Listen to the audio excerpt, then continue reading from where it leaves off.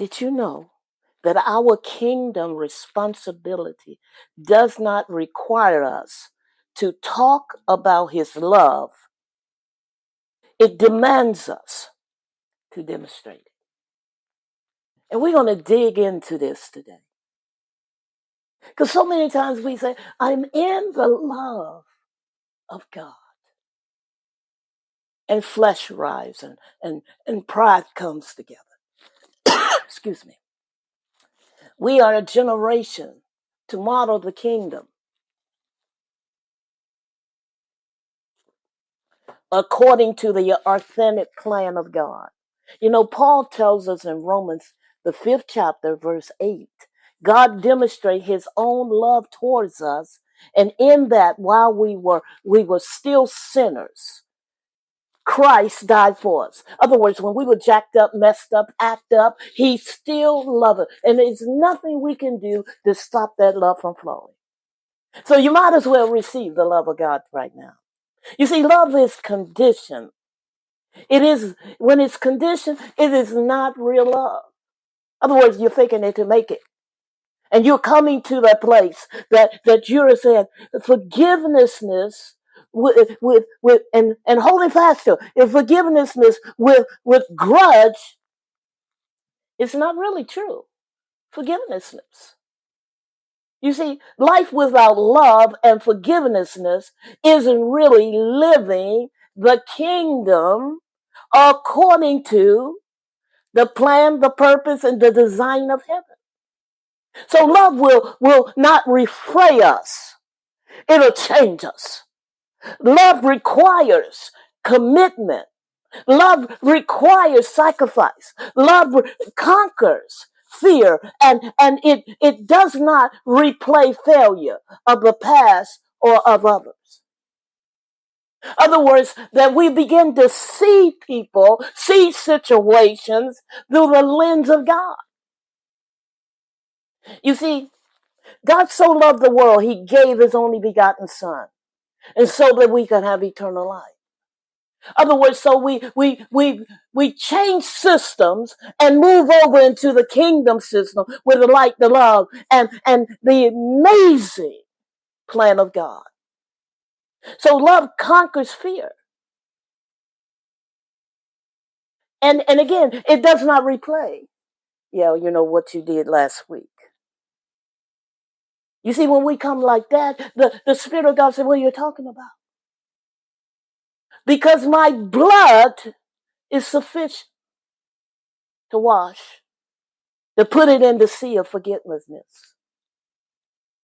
You see, love requires unbiased demonstration. It's for all kindred of people. You know those times you may have done something 10, 20 years ago and you're jacked up, messed up. Every time you think about it, you say, God don't love me. There's nothing you can do to stop the love of the Father. You see, love has the effect. And it reflects Christ. And so as we model this kingdom, we are modeling the Christ-central model. You see, the devil don't know no difference when he see you. When he see you, he don't know if it's Jesus because there's a fragment of the blood of the Lamb. There's a fragment of his joy, his peace, his agape, his hasi. In other words, his love and his kindness. Maybe somebody has treated you kind of crazy and you like, I ain't gonna fool with them. They just jacked up, messed up, and I ain't gonna think about it. But you still stay in love. You see, your model of love can do more than you think it can. It'll cause you they're trying to figure out what is you made of. How did you do that? You see, love opened the doors to grace. Love looks beyond one's fault. Love creates and provokes the atmosphere of heaven. Paul tells us in 1 Corinthians, the 13th chapter, verse 4. Love suffers long and it is kind. Love does not envy. Love does not parade itself and is not puffed up. So where love is, pride can't remain. Love destroys mindsets fueled with provisions of bitterness and strife. Love demonstrates the heart of God. Love denounces demonic influence. Love will cause you to rise up. You may have put in your mind you're going to say certain things. Oh, yeah, I'm going to tell him something. But love will cause you to alter that and come and remain in the kingdom system of God. Because love is a great commodity for a child of God. Love will cause you to attract the right things in your life. Love will cause you to walk in the light. Because love is defined. Love is developed. Love is dangerous. You see, the environment of heaven is created and provoked by love. Today, I dare you to release an olive branch. You know, those ones rub you the wrong way and said some things and you had to bite your tongue. Talk to me, somebody. I dare you to pour the love of God over. I dare you to just bless them like they never thought they could be blessed. Yes. And watch what it does. Instead of getting in your feelings and saying, oh, you know, and they made me mad, and they did this, and they did that.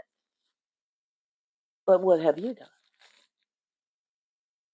Are you allowing the influence of evil to jack up your harvest?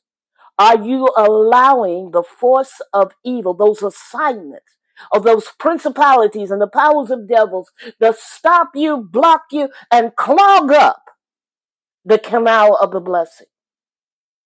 You see, this is the year of the open gateway of divine opportunities.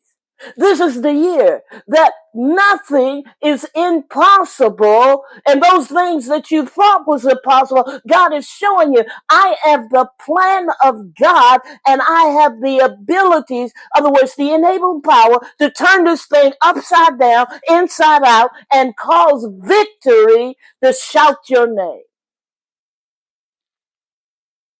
That's why it's important to live out loud the will of God. And love is the will of God.